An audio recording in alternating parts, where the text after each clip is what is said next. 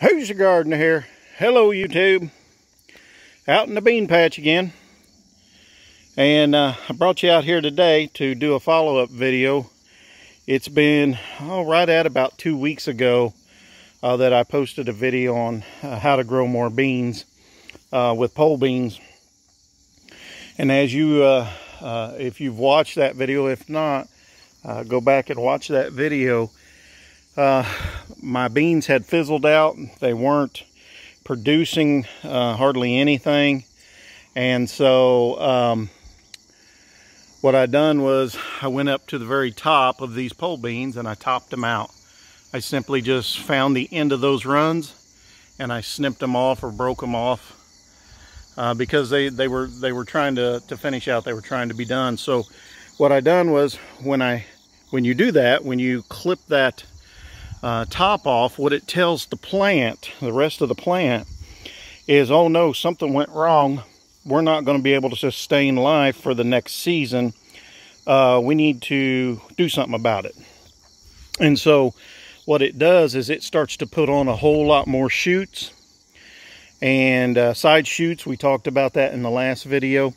And if you go back and look at that video, you will see most of my cattle panels looked like this, where you can almost see through every area of it. And 2 weeks later, as you can see, it always starts at the bottom and works its way up. I've got so many side shoots now, it's a solid wall of beans. And look, I've got a ton of beans coming on. And I've got a lot of blooms. These are the rattlesnake pole beans. They do have a lot of pretty blooms. The blooms are purple. But you can see they're going crazy. I've got beans in here. I've got to get them picked. Some of them are different stages. But a lot of them are about cannon size. So I just wanted to do a follow-up video on that because here in zone 5, this works, you know.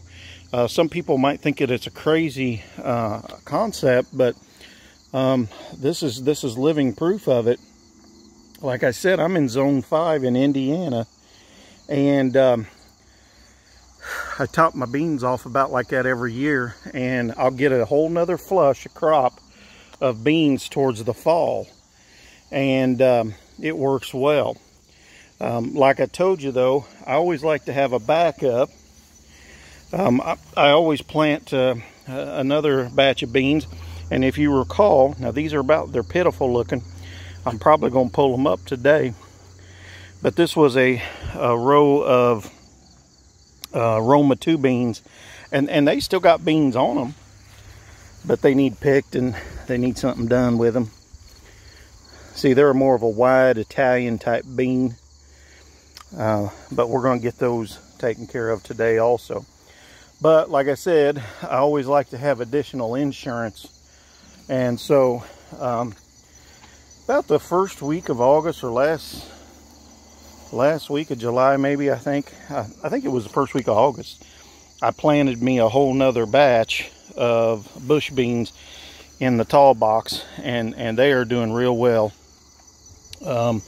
These are stringless Blue Lake bush beans, and we'll get a crop off of them just before it gets cold.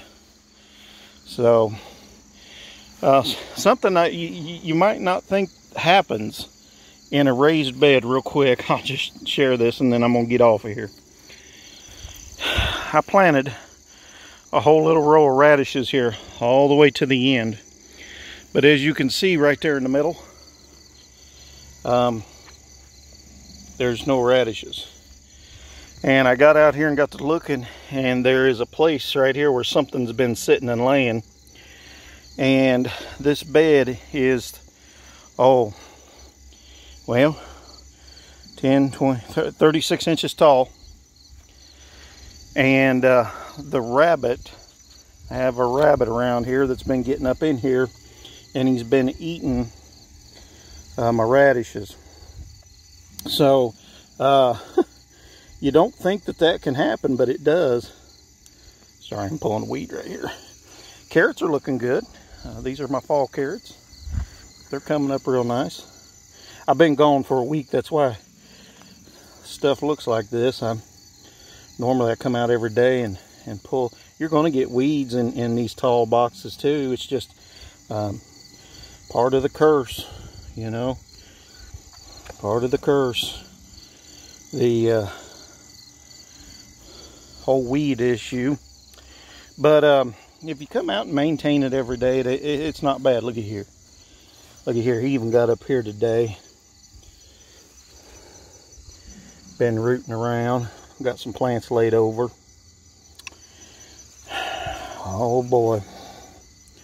Well, I know the cure for that. I don't know if you guys ever do this or not, but what I'll wind up doing is I'll take a pole and I will put it, usually one on each end, and I take a string and I tie it to the pole, and it's real simple. Simply just get you an aluminum pie pan and tie it to that string, so when the wind blows it flops around and shines and stuff, and the animals don't like that. So that'll deter them from getting in my raised bed here. The fall onions, they're coming along. Now they won't be as big as the summer ones, you know. They'll get good size, but they won't get near as big. And I had a